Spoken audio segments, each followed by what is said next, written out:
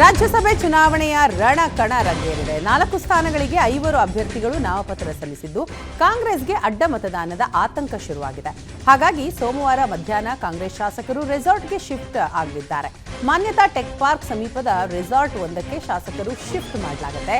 ಅಧಿವೇಶನ ಮುಗಿತಾ ಇದ್ದ ಹಾಗೆ ರೆಸಾರ್ಟ್ಗೆ ಶಾಸಕರನ್ನ ಶಿಫ್ಟ್ ಮಾಡಲಾಗುತ್ತೆ.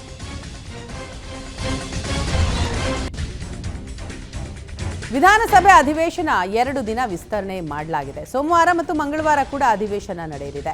ಬಜೆಟ್ ಮೇಲೆ ಇಂದು ಸಿಎಂ ಸಿದ್ದರಾಮಯ್ಯ ಉತ್ತರ ಕೊಡಬೇಕಿತ್ತು. ಆದರೆ ಸಿದ್ದರಾಮಯ್ಯ ಆರೋಗ್ಯ ಸಮಸ್ಯೆಯಾಗಿದ್ದು ಸೋಮವಾರ ಬಜೆಟ್ ಮೇಲೆ ಉತ್ತರ ನೀಡಲಿದ್ದಾರೆ. ಇನ್ನು ಮಂಗಳವಾರ ರಾಜ್ಯಸಭಾ ಚುನಾವಣೆಗೆ ಮತದಾನ ನಡೆಯಲಿದೆ. ಹೀಗಾಗಿ 2 ದಿನ ವಿಧಾನಸಭಾ ಅಧಿವೇಶನ ವಿಸ್ತರಣೆ ಮಾಡಲಾಗಿದೆ. ವಿಪಕ್ಷ ನಾಯಕ ಆರ್ ಅಶೋಕ್ ವಿರುದ್ಧ ವಿಶ್ವ ಹಿಂದೂ ಪರಿಷತ್ ಭಜರಂಗದಳ ಬಾಯ್ಕಾಟ್ ಅಭಿಯಾನ ಶುರು ಮಾಡಿದೆ. ಬಿಜೆಪಿ ರಾಷ್ಟ್ರೀಯ ನಾಯಕರೇ ಅಶೋಕ್ರನ್ನ ವಿಪಕ್ಷ ನಾಯಕ ಸ್ಥಾನದಿಂದ ಕಿತ್ತೆಸೇರಿ ಎಂಬ ಪೋಸ್ಟರ್ ವೈರಲ್ ಆಗಿದೆ. ಸಾಮಾಜಿಕ ಜಾಲತಾಣದಲ್ಲಿ ಫೋಟೋಗಳು ವೈರಲ್ ಆಗಿದ್ದು ಹಿಂದೂ ಪರಿಷತ್ ಭಜರಂಗದಳ ಕಾರ್ಯಕರ್ತರಲ್ಲಿ ಗೊಂದಲ ಶುರುವಾಗಿದೆ. ರಾಜ್ಯಸಭೆ ಚುನಾವಣೆಗೆ ದಿನಗಣನೆ ಶುರುವಾಗಿದ್ದು ಡಿಸಿಎಂ ಡಿಕೆಶಿ ಡಿನ್ನರ್ ಪಾಲಿಟಿಕ್ಸ್ ಶುರು ಮಾಡಿದ್ದಾರೆ. ಸಿಎಂ ಸಿದ್ದರಾಮಯ್ಯ ಸೇರಿದ ಹಾಗೆ ಸಚಿವ ಸಂಪುಟದ ಸದಸ್ಯರಿಗೆ ಡಿಸಿಎಂ ಡಿಕೆಶಿ ಇವತ್ತು ಡಿನ್ನರ್ ಆಯೋಜನೆ ಮಾಡಿದ್ದಾರೆ. ಸಿಎಂ ಡಿನ್ನರ್ ಆಯೋಜನೆ ಬಳಿಕ ಡಿಸಿಎಂ ಡಿನ್ನರ್ ಆಯೋಜಿಸಿದ್ದಾರೆ. ಡಿಕೆ ಶಿವಕುಮಾರ್ ಸಹೋದರ ಸಂಸದ ಡಿಕೆ ಸುರೇಶ್ ಮನೆಯಲ್ಲಿ ಭೋಜನ ಕೂಟ ಆಯೋಜಿಸಲಾಗಿದೆ. ಈ ವೇಳೆ ಲೋಕಸಭೆ ಹಾಗೂ ರಾಜ್ಯಸಭೆ ಚುನಾವಣೆಯ ಬಗ್ಗೆ ಚರ್ಚೆ ನಡೆಯಲಿದೆ. ರಾಜ್ಯಸಭೆ ಚುನಾವಣೆಯಲ್ಲಿ ಯಾವುದೇ ಮತಗಳು ಲ್ಯಾಪ್ಸ್ ಆಗದ ಹಾಗೆ ಎಚ್ಚರ ವಹಿಸುವಂತೆ ಶಾಸಕರಿಗೆ ತಿಳಿಸಲಾಗುತ್ತೆ. ಅಯೋಧ್ಯೆಯಿಂದ ಆಗಮಿಸ್ತಾ ಇದ್ದ ರೈಲಿಗೆ ಬೆಂಕಿ ಹಚ್ಚುತ್ತೇನೆ ಅಂತ ಹೇಳಿದ್ದ ಮುಸ್ಲಿಂ ವ್ಯಕ್ತಿಯನ್ನ ಗದಗ ರೈಲ್ವೆ ಪೊಲೀಸರು ಬಂಧಿಸಿದ್ದಾರೆ. ಅಯೋಧ್ಯೆಯಿಂದ ಬಂದ ವಿಶೇಷ ರೈಲು ಹೊಸಪೇಟೆಗೆ ಬಂದಾಗ ರಿಸರ್ವೇಷನ್ ಬೋಗಿಗೆ ಮುಸ್ಲಿಂ ವ್ಯಕ್ತಿ ಹತ್ತಿದ್ದಾನೆ. ಇದು ರಿಸರ್ವೇಷನ್ ಅಂತ ಹೇಳಿದ್ರು ಮುಸ್ಲಿಂ ವ್ಯಕ್ತಿ ಕೆಳಗಿಳಿಯೋದಕ್ಕೆ ಕಿರಿಕ್ ಮಾಡಿದ್ದಾನೆ. ಈ ವೇಳೆ ಮಾತಿಗೆ ಮಾತು ಬೆಳೆದು ರೈಲಿಗೆ ಬೆಂಕಿ ಹಚ್ಚುತ್ತೇನೆ ಅಂತ ಬೆದರಿಕೆ ಹಾಕಿದ್ದಾನೆ. ಹೊಸಪೇಟೆಯಲ್ಲಿ ನಡೆದಂತಹ ಹೈ ಡ್ರಾಮಾದಿಂದ ಅಯೋಧ್ಯೆ ರೈಲು 2 ಗಂಟೆ ತಡವಾಗಿತ್ತು. ಇದರಿಂದ ಹಿಂದೂ ಕಾರ್ಯಕರ್ತರು ಕೆರಳಿ ಕೆಂಡವಾದರು.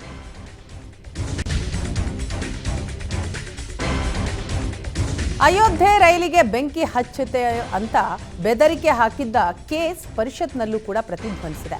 ಬೆದರಿಕೆ ಹಾಕಿದ್ದ ಆರೋಪಿಯನ್ನ ಪೊಲೀಸರು ಬಿಟ್ಟು ಕಳುಹಿಸಿದ್ದಾರೆ ಎಂದು ಕೋಟಾ ಶ್ರೀನಿವಾಸ್ ಪೂಜಾರಿ ಆರೋಪಿಸಿ ಸರ್ಕಾರವನ್ನ ತರಾಟೆಗೆ ತೆಗೆದುಕೊಂಡಿದ್ದಾರೆ. ರಾಮ ಭಕ್ತರಿಗೆ ಬೆದರಿಕೆ ಹಾಕಿದ್ದು ಸರ್ಕಾರ ಸುಮ್ಮನಿದೆ.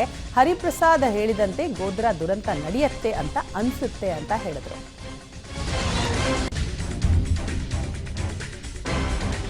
ಬರ ನಿರ್ವಹಣೆಗೆ ದೇವಸ್ಥಾನಗಳಲ್ಲಿ ವಿಶೇಷ ಪೂಜೆ ನಡೆಸಲು ಆದೇಶ ಕೊಡುವಂತೆ ಮುಜರಾಯಿ ಸಚಿವ ರಾಮಲಿಂಗಾರೆಡ್ಡಿಗೆ ಶಾಸಕ ಎಸ್ಟಿ ಸೋಮಶೇಖರ್ ಪತ್ರ ಬರೆದಿದ್ದಾರೆ.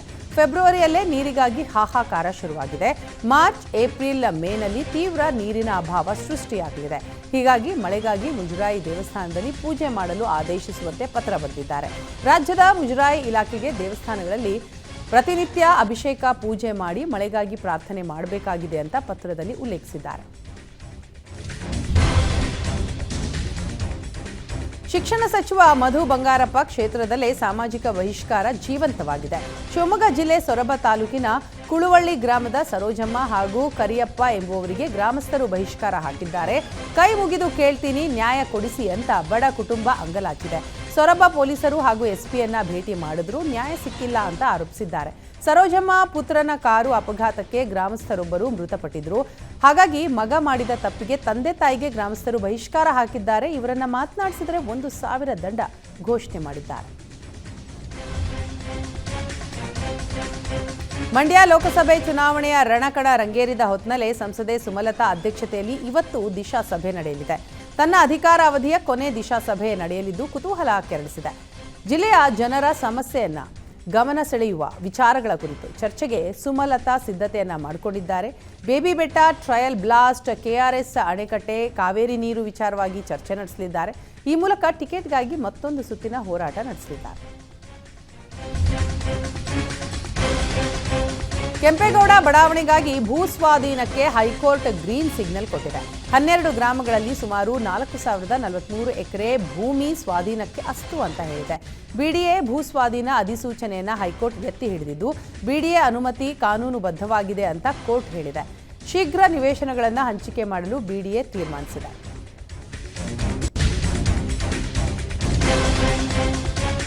ಬೆಂಗಳೂರಿನಲ್ಲಿ ಆಟೋ ಶೆಡ್ಗೆ ಬೆಂಕಿ ಬಿದ್ದು 40ಕ್ಕೂ ಹೆಚ್ಚು ಆಟೋಗಳು ಸುಟ್ಟು ಭಸ್ಮವಾಗಿವೆ.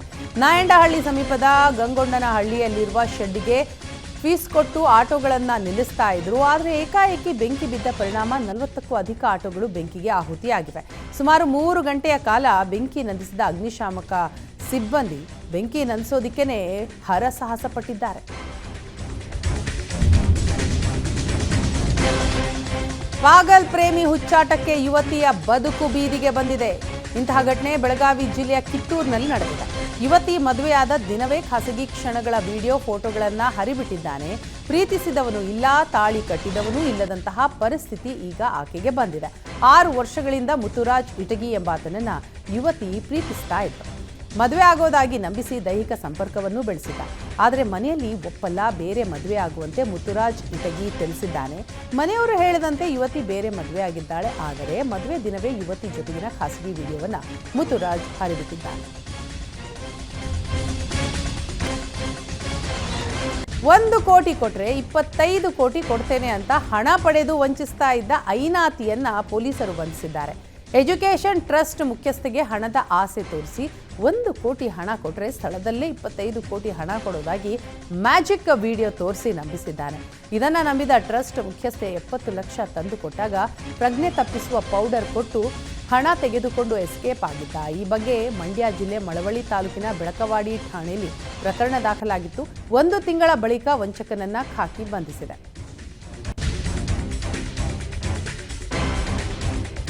ಶಿವಮೊಗ್ಗದಲ್ಲಿ ಓಮ್ನಿ ಮತ್ತು ಟಿಪ್ಪರ್ ಲಾರಿ ನಡುವೆ ನಡೆದ ಭೀಕರ ಅಪಘಾತದಲ್ಲಿ 6 ಮಕ್ಕಳು ಸೇರಿ 12 ಮಂದಿಗೆ ಗಂಭೀರ ಗಾಯವಾಗಿದೆ. ಗಾಯಾಳುಗಳನ್ನು ಉಡುಪಿಯ ಮಣಿಪಾಲ ಆಸ್ಪತ್ರೆಗೆ ದಾಖಲಿಸಿ ಚಿಕಿತ್ಸೆ ಕೊಡಿಸಲಾಗ್ತಾ ಇದೆ. ಮತ್ತೆ ಕೆಲವರನ್ನ ಶಿವಮೊಗ್ಗದ ಮೆಗ್ಗಾನ್ ಆಸ್ಪತ್ರೆಗೆ ದಾಖಲು ಮಾಡಲಾಗಿದೆ. ಗೋಳಿಗರಡಿ ದೇವಸ್ಥಾನಕ್ಕೆ ಭೇಟಿ ನೀಡಿ ಗ್ರಾಮಕ್ಕೆ ವಾಪಸ್ ತೆರಳುವಾಗ ಅಪಘಾತ ನಡೆದಿದೆ. ಮಂಡ್ಯದಲ್ಲಿ ಆಕ್ಟಿವ್ ಆಗಿದ್ದ ಖತರ್ನಾಕ್ ಮನೆಗಳ್ಳರ ಗ್ಯಾಂಗ್ ಅರೆಸ್ಟ್ ಆಗಿದೆ. ಖತರ್ನಾಕ್ ಗ್ಯಾಂಗ್ಗೆ ಪೊಲೀಸ್ ಅಪ್ಪನೇ ಮಾಸ್ಟರ್ ಮೈಂಡ್ ಅನ್ನೋದು ಇದೀಗ ರಿವೀಲ್ ಆಗಿದೆ. ಮನೆಯಲ್ಲಿ ಯಾರೂ ಇಲ್ಲದ ಸಮಯದಲ್ಲಿ ಎಂಟ್ರಿ ಕೊಟ್ಟು ಚಿನ್ನಾಭರಣ, ನಗದು ದೋಚಿ ಪರಾರಿಯಾಗ್ತಾ ಇದ್ದ ಗ್ಯಾಂಗ್ ಅನ್ನ ಪೊಲೀಸರು ಬಂಧಿಸಿದ್ದಾರೆ. ದೋಚಿನ ಚಿನ್ನಾಭರಣವನ್ನ ಪೊಲೀಸ್ ಕಾನ್ಸ್ಟೇಬಲ್ ಮೂಲಕವೇ ಮಾರಾಟ ಮಾಡಲಾಗ್ತಾ ಇತ್ತು. ಮಂಡ್ಯದ ಮದ್ದೂರು ಪೊಲೀಸರ ಭರ್ಜರಿ ಕಾರ್ಯಾಚರಣೆಯಲ್ಲಿ ಕಾನ್ಸ್ಟೇಬಲ್ ಸೇರಿ 8 ಮಂದಿಯನ್ನು ಬಂಧಿಸಿ ಜೈಲಿಗೆ ಕಳುಹಿಸಿದ್ದಾರೆ. ಚಿತ್ರದುರ್ಗ ನಗರದಲ್ಲಿ ಪೊಲೀಸರಿಂದ ನೈಟ್ ರೋಲ್ ಕಾಲ್ ಶುರುವಾಗಿದೆ. ಗೂಡಂಗಡಿ, ಹೋಟೆಲ್, ಡಾಬಾ ಮಾಲೀಕರಿಂದ ಹಣ ವಸೂಲಿ ಮಾಡ್ತಾ ಇರೋ ವಿಡಿಯೋ ವೈರಲ್ ಆಗಿದೆ. ಚಿತ್ರದುರ್ಗ ಬಡಾವಣೆ ಠಾಣೆ ಪೊಲೀಸ್ ಠಾಣೆಯ ಕಾನ್ಸ್ಟೇಬಲ್ ಗೋವಿಂದ್ ಹಣ ವಸೂಲಿ ಮಾಡಿದ್ದು ಪೊಲೀಸರ ವಿರುದ್ಧವೇ ಜನ ಆಕ್ರೋಶವನ್ನು ಹೊರಹಾಕಿದ್ದಾರೆ. ವಸೂಲಿ ಪೊಲೀಸರ ವಿರುದ್ಧ ತನಿಖೆ ನಡೆಸಿ ಕ್ರಮಕ್ಕೆ ಆಗ್ರಹಿಸಿದ್ದಾರೆ. 9ನೇ ತರಗತಿಯಿಂದ 12ನೇ ತರಗತಿಯವರೆಗೂ ಓಪನ್ ಬುಕ್ ಪರೀಕ್ಷೆ ನಡೆಸಲು ಸಿಬಿಎಸ್ಇ ಬೋರ್ಡ್ ಮುಂದಾಗಿದೆ. ದೇಶಾದ್ಯಂತ ಕೆಲವು ಆಯ್ದ ಶಾಲೆಗಳಿಗೆ ಮಾತ್ರ ಓಪನ್ ಬುಕ್ ಪ್ರಾಯೋಗಿಕ ಪರೀಕ್ಷೆ ನಡೆಸಲಿದೆ. ಅಂತಿಮ ಬೋರ್ಡ್ ಪರೀಕ್ಷೆಯ ವೇಳೆ ಓಪನ್ ಬುಕ್ ಪರೀಕ್ಷೆಯ ಬಳಕೆ ಮಾಡಲ್ಲ ಅಂತ ಸಿಬಿಎಸ್ಇ ಬೋರ್ಡ್ ಅಧಿಕಾರಿಗಳು ತಿಳಿಸಿದ್ದಾರೆ. ಪರೀಕ್ಷೆ ಬರೆಯಲು ವಿದ್ಯಾರ್ಥಿಗಳು ತೆಗೆದುಕೊಳ್ಳುವ ಸಮಯ, ಯೋಚನಾ ಶಕ್ತಿ ಸೇರಿದಂತೆ ಇತರೆ ಸಮಸ್ಯೆಗಳನ್ನು ಬಗೆಹರಿಸಲು ಓಪನ್ ಪರೀಕ್ಷೆ ಆಯೋಜನೆ ಮಾಡಲಾಗಿದೆ. ರಾಜ್ಯದಲ್ಲಿ ವಾಡಿಕೆಗಿಂತ 3 ಡಿಗ್ರಿ ಸೆಲ್ಸಿಯಸ್ ಉಷ್ಣಾಂಶ ಹೆಚ್ಚಾಗಿದ್ದು ಜನರು ತತ್ತರಿಸಿ ಹೋಗಿದ್ದಾರೆ. ರಾಜ್ಯದಲ್ಲಿ ಭಾರೀ ಪ್ರಮಾಣದಲ್ಲಿ ಮುಂಗಾರು ಮಳೆ ಮತ್ತು ಹಿಂಗಾರು ಮಳೆ ಕೊರತೆಯಿಂದ ತಾಪಮಾನ ಹೆಚ್ಚಳವಾಗಿದೆ. 2 ದಿನಗಳಲ್ಲಿ ಉಷ್ಣಾಂಶ ಮತ್ತಷ್ಟು ಏರಿಕೆಯಾಗುವ ಸಾಧ್ಯತೆ ಇದೆ.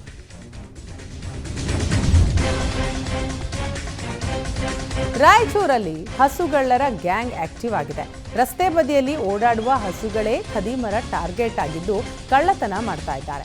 ರಸ್ತೆಯಲ್ಲಿ ಹಸು ಕಂಡ ತಕ್ಷಣ ಗೂಡ್ಸ್ ವಾಹನದಲ್ಲಿ ಎತ್ತಾಕೊಂಡು ಹೋಗ್ತಾರೆ. ಕಳ್ಳತನ ಮಾಡಿದ ಹಸು ನೇರವಾಗಿ ಕಸಾಯಿಖಾನೆಗೆ ರವಾನೆ ಮಾಡಲಾಗುತ್ತೆ. ವಾಹನ ತೆಗೆದುಕೊಂಡು ಬಂದು ಹಸು ಕಳುವು ಮಾಡುವ ವಿಡಿಯೋ ಸಿಸಿಟಿವಿಯಲ್ಲಿ ಸೆರೆಯಾಗಿದೆ.